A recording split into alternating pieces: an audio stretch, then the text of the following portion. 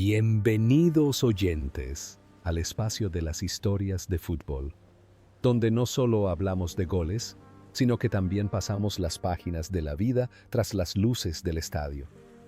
Hoy, por favor, cierren los ojos y dejen que la máquina del tiempo nos lleve de vuelta a un verano ardiente de hace más de 6 décadas. En 1964, la selección española emocionó a los aficionados de todo el mundo, escribiendo un gran milagro en la Euro celebrada en su tierra.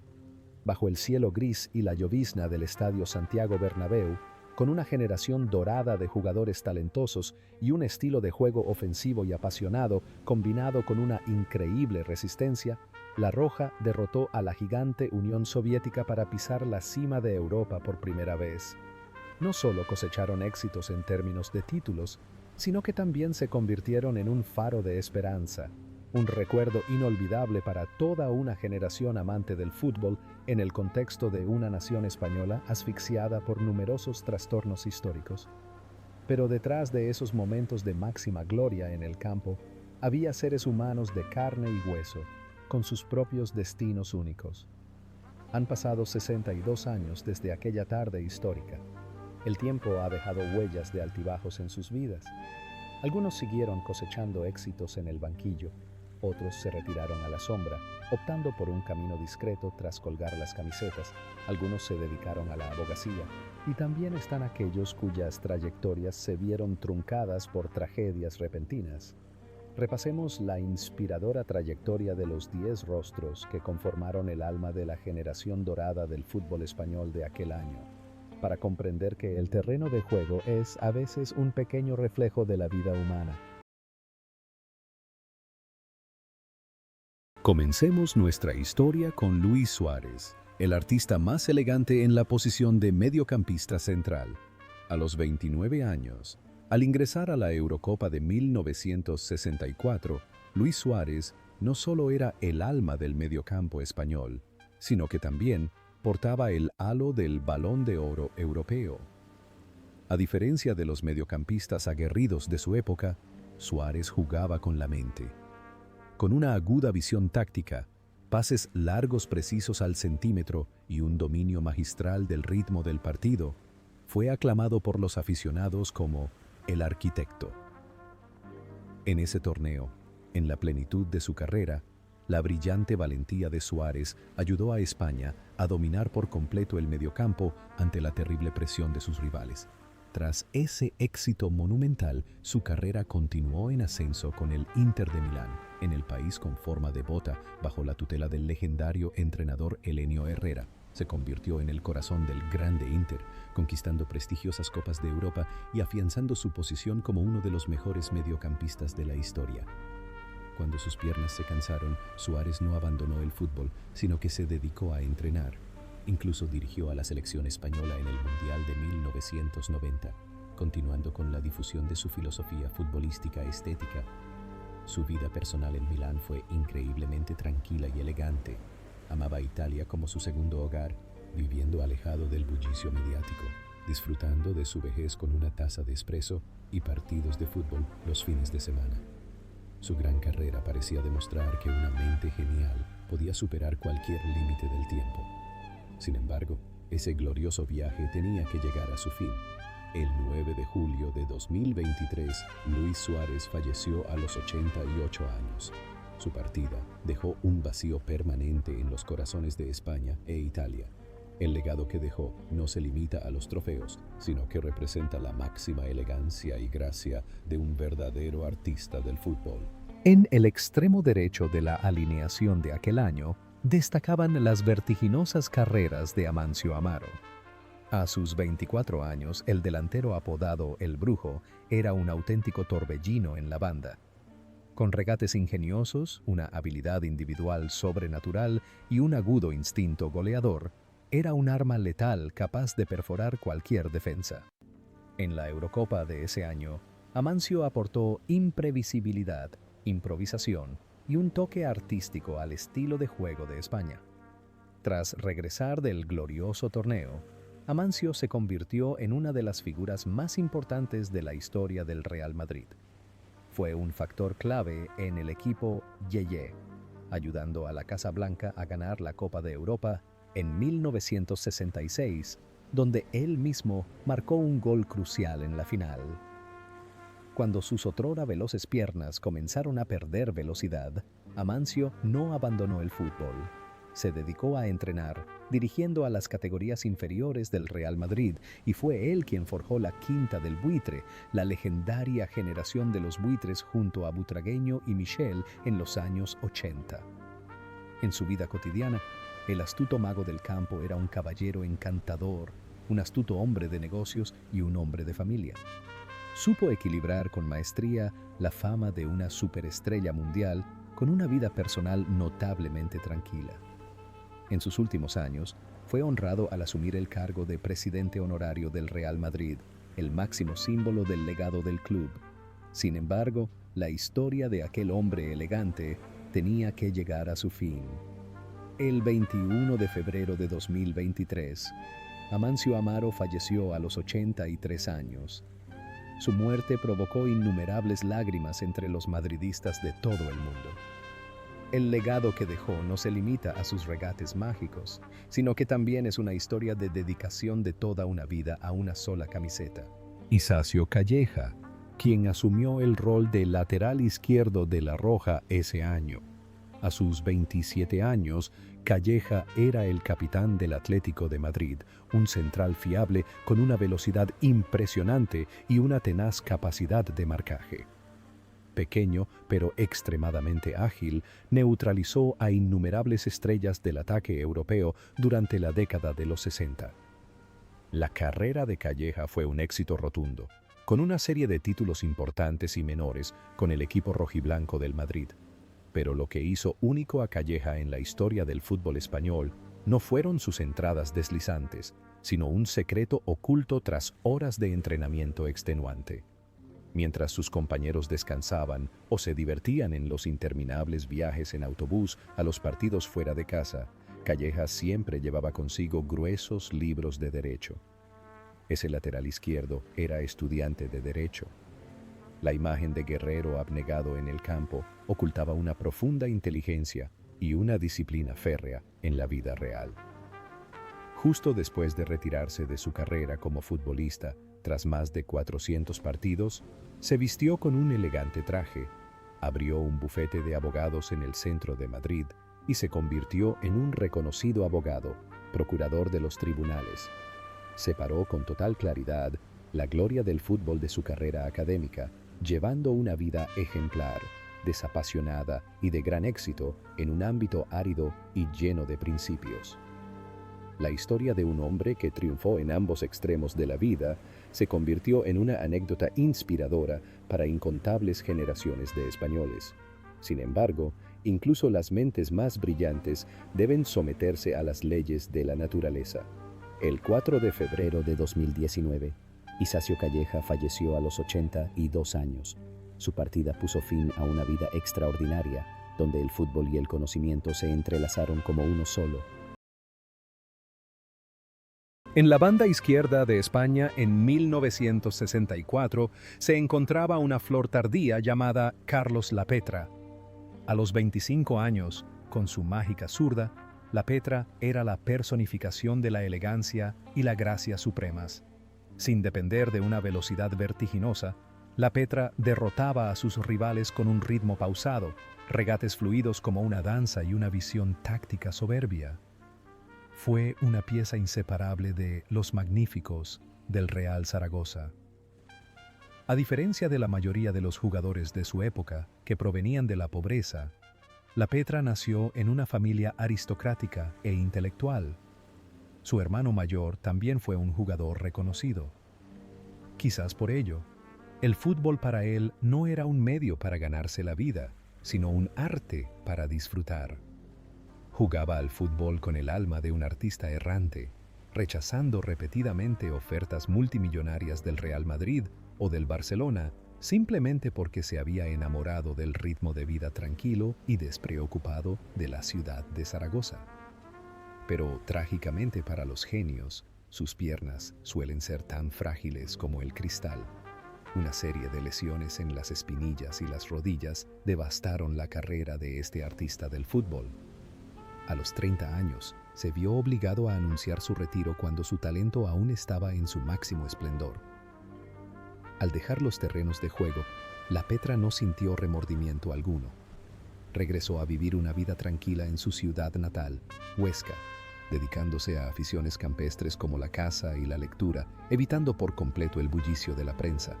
Su vida fue como una estrella fugaz que cruza el cielo, brillante, deslumbrante, pero increíblemente breve, porque ese viaje en busca de la paz se vio truncado de una manera profundamente dolorosa.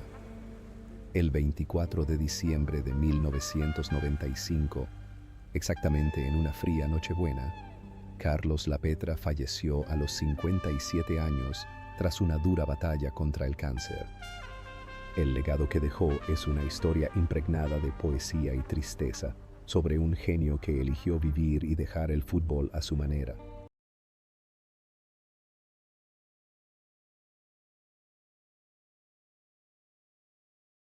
Y al recordar el campeonato de 1964, nadie puede olvidar a Marcelino Martínez, el delantero de 24 años que grabó su nombre en la historia.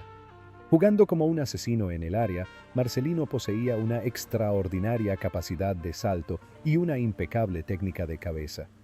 En el minuto 84 de la final, con el marcador empatado a un emocionante 1-1, tras un centro desde la banda derecha, Marcelino se lanzó para rematar de cabeza con potencia, destrozando la red de Lev Yashin y llevando a casa la prestigiosa Copa de Plata.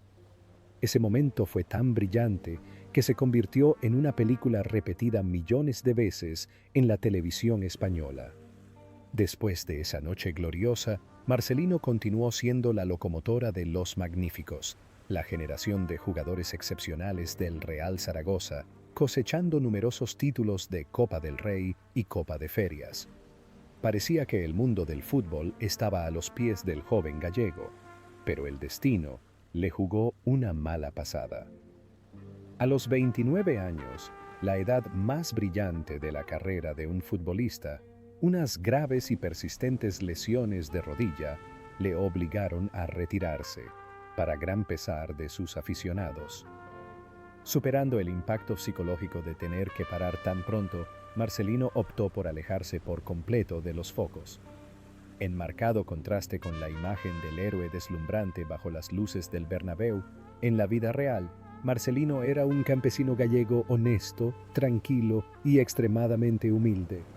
No le importaba la fama mediática, ni utilizó su histórico gol de cabeza para enriquecerse o aspirar al poder. Regresó a su pueblo natal, donde vivió una vida tranquila y apacible con su esposa e hijos, cuidando personalmente sus jardines y disfrutando de la naturaleza. Hoy, a los 86 años, el héroe de antaño sigue viviendo una vida campestre y serena. Aunque el tiempo puede desvanecer muchas cosas, la profunda pasión en sus ojos al hablar de fútbol permanece, y cada vez que llega la Eurocopa, el nombre de Marcelino es recordado por el pueblo español con profunda reverencia. Perteneciente a esa misma generación dorada, aunque no participó directamente en la histórica final, Enrique Quensana, de 28 años, siempre fue considerado un símbolo, una pieza fundamental del fútbol español de los años 60. Jugando como defensa central o mediocampista defensivo, Quensana era un verdadero pilar, con un físico imponente, una fuerza física abrumadora y un espíritu de lucha inquebrantable. Fue en su momento el terror de todos los delanteros de la liga. Con la camiseta del Barcelona compartió protagonismo con leyendas como Kubala y el mismísimo Luis Suárez, desempeñando el papel de barrer y proteger para que los artistas brillaran. La personalidad de Quensana en el campo era feroz, explosiva como la de un gladiador romano, siempre dispuesto a lanzarse a por todas para defender la portería. Pero el destino de los gladiadores suele estar marcado por heridas permanentes.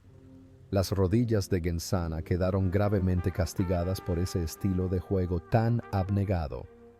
Una serie de operaciones de menisco lo obligaron a anunciar su retiro justo después de cumplir 30 años, poniendo fin a una carrera que podría haber sido mucho más brillante.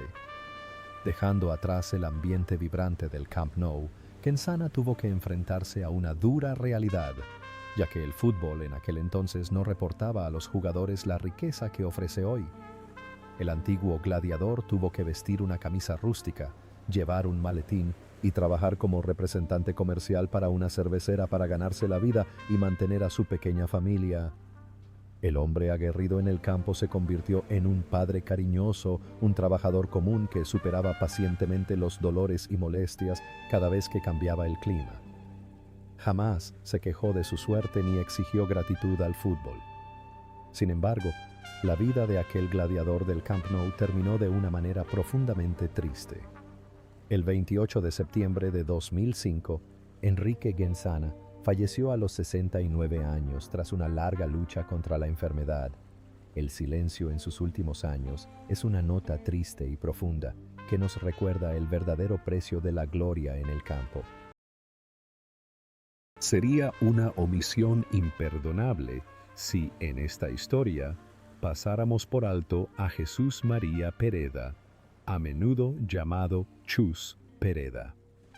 En 1964, este centrocampista de 26 años fue la clave que le abrió las puertas del cielo a España. Fue él quien disparó a puerta para abrir el marcador en el minuto 6, y también quien centró a la perfección para que Marcelino anotara el gol de la victoria. Sin embargo, la historia le jugó una mala pasada. En el noticiero en blanco y negro que se transmitió por todo el país después del partido, debido a un error de edición de la cámara, se vio a Amancio realizando el centro. Pereda tuvo que vivir durante décadas bajo esa injusticia histórica, viendo a su compañero recibir la gloria en su lugar, apenas pudiendo disimular su amargura con una sonrisa irónica. A pesar de esa injusticia, la carrera de Pereda fue brillante con la camiseta del Barcelona, donde fue un guerrero técnico, un jugador que nunca se rindió.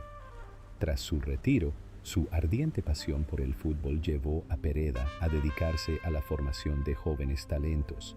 Entregó su corazón a la formación de jóvenes, guiando a las selecciones españolas sub-16 y sub-20 a innumerables títulos europeos, convirtiéndose en el padre de cientos de jóvenes promesas. Tan brillante y explosivo como era en el campo, en la vida real era una persona increíblemente cálida, radiante y comprensiva. Se casó, formó una familia feliz y siempre optó por sonreír ante los altibajos de la vida, incluso al hablar de la asistencia robada del pasado. Vivió como una antorcha, siempre queriendo transmitir su legado a la siguiente generación. Pero, lamentablemente, esa antorcha se extinguió por una grave enfermedad. El 27 de septiembre de 2011, Chus Pereda exhaló su último aliento a los 73 años, tras días de valiente lucha contra el cáncer. Su fallecimiento dejó un profundo dolor, pero, en última instancia, la historia le ha devuelto la verdad, de modo que el nombre de Pereda brillará para siempre en la historia del fútbol español.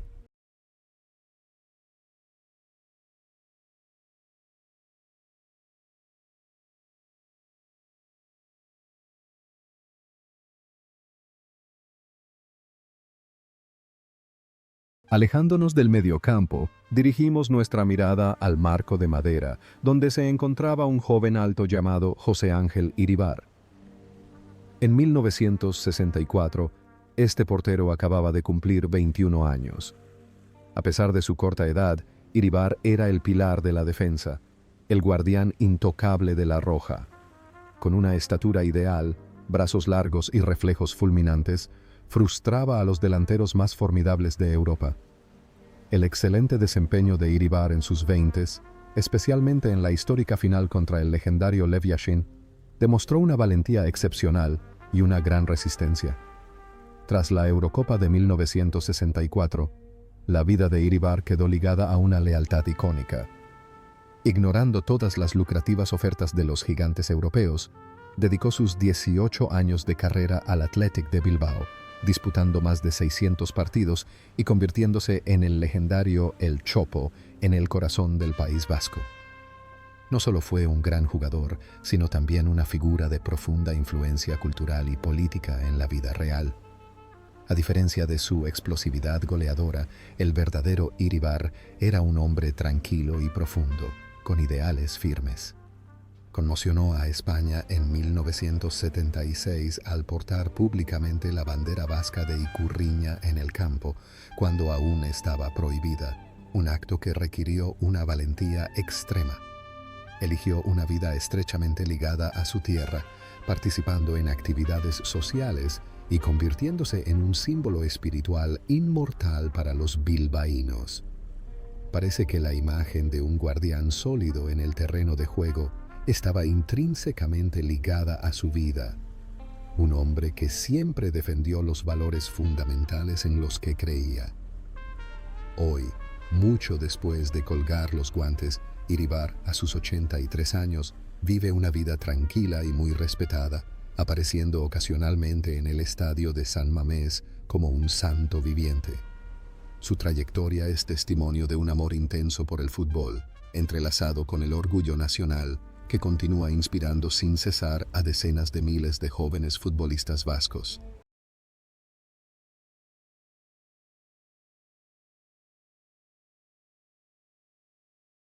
También formaba parte de esa férrea defensa Feliciano Rivilla, un lateral derecho de 27 años con una energía inagotable. En el sistema defensivo de la selección, Rivilla era un verdadero guerrero que alternaba con fluidez entre ataque y defensa. Su rasgo más especial era su estilo de juego aguerrido pero sumamente caballeroso. Era famoso por sus entradas precisas, sin recurrir jamás a trampas ni violencia. El campeonato de 1964 fue la dulce recompensa a la brillantez de este hijo del Castilla. Tras pasar la mayor parte de su carrera en el Atlético de Madrid, Rivilla disputó más de 350 partidos, ganando la Liga y la Recopa de Europa. Curiosamente, a lo largo de su ilustre carrera, a pesar de jugar en una posición que constantemente lo enfrentaba a los extremos más habilidosos, nunca recibió una tarjeta roja. Esa serenidad y caballerosidad en el campo se correspondían a la perfección con su personalidad en la vida real. Al retirarse, en lugar de buscar lucrativos contratos publicitarios, volvió a ser un ciudadano ejemplar. Rivilla dedicó su tiempo al cuidado de su numerosa familia y se aventuró en el negocio de los electrodomésticos. Además, fue uno de los pioneros que fundaron la Asociación Nacional Española de Jugadores Veteranos, dedicándose a ayudar a sus antiguos compañeros que atravesaban dificultades tras retirarse de los terrenos de juego. Su bondad y entrega lo convirtieron en un referente de la ética deportiva. Sin embargo, este gran hombre, compasivo y admirable, no pudo vencer la ley de la vida y la muerte. El 6 de noviembre de 2017, Feliciano Rivilla falleció en paz a los 81 años. Su partida nos arrebató una joya del fútbol puro y caballeroso, dejando a las futuras generaciones un brillante ejemplo del carácter de un jugador profesional. Ese año, Ignacio Zoco, un mediocampista defensivo de 24 años, alto y con una resistencia excepcional, dominaba el mediocampo junto a Suárez. En la selección española, Zoco era el aguador, el escudo de acero que ahuyentaba todo peligro frente a la defensa. La resistencia y la fuerza del jugador navarro creaban una muralla impenetrable, permitiendo a sus compañeros de ataque desplegar su talento con tranquilidad. En el Real Madrid, Zoco heredó el brazalete de capitán del legendario Gento, convirtiéndose en el líder espiritual de la ilustre era Yeye. A diferencia de su estilo de juego aguerrido y sobrio sobre el césped, la vida de Zoco fuera de la cancha era tan bella y romántica como una novela. Se enamoró y se casó con María Hostiz, una cantautora muy famosa en España por aquel entonces. Su matrimonio fue una unión de fútbol y arte entre el guerrero rudo y la dulce musa. A pesar de la constante atención mediática que lo rodeaba, Socco demostró ser un esposo y padre ejemplar. Su familia se mantuvo alejada de los escándalos, construyendo un hogar admirable y sencillo. Tras colgar las botas, Socco no optó por ser entrenador, sino que se dedicó a la administración pública, trabajando en el Ministerio de Cultura antes de regresar al Real Madrid como presidente de la Asociación de Exjugadores. Una vida de discreta entrega, siempre al servicio de los demás, Socco disfrutó de su vejez con el absoluto respeto de toda la nación española. Sin embargo, esa historia de amor y esa vida perfectas también tuvieron que terminar. El 28 de septiembre de 2015, Ignacio Socco falleció a los 76 años. El vacío que dejó este legendario capitán no fue solo la ausencia de una gran personalidad, sino también la nostalgia por una época en la que el fútbol se jugaba con el amor y la responsabilidad más puros.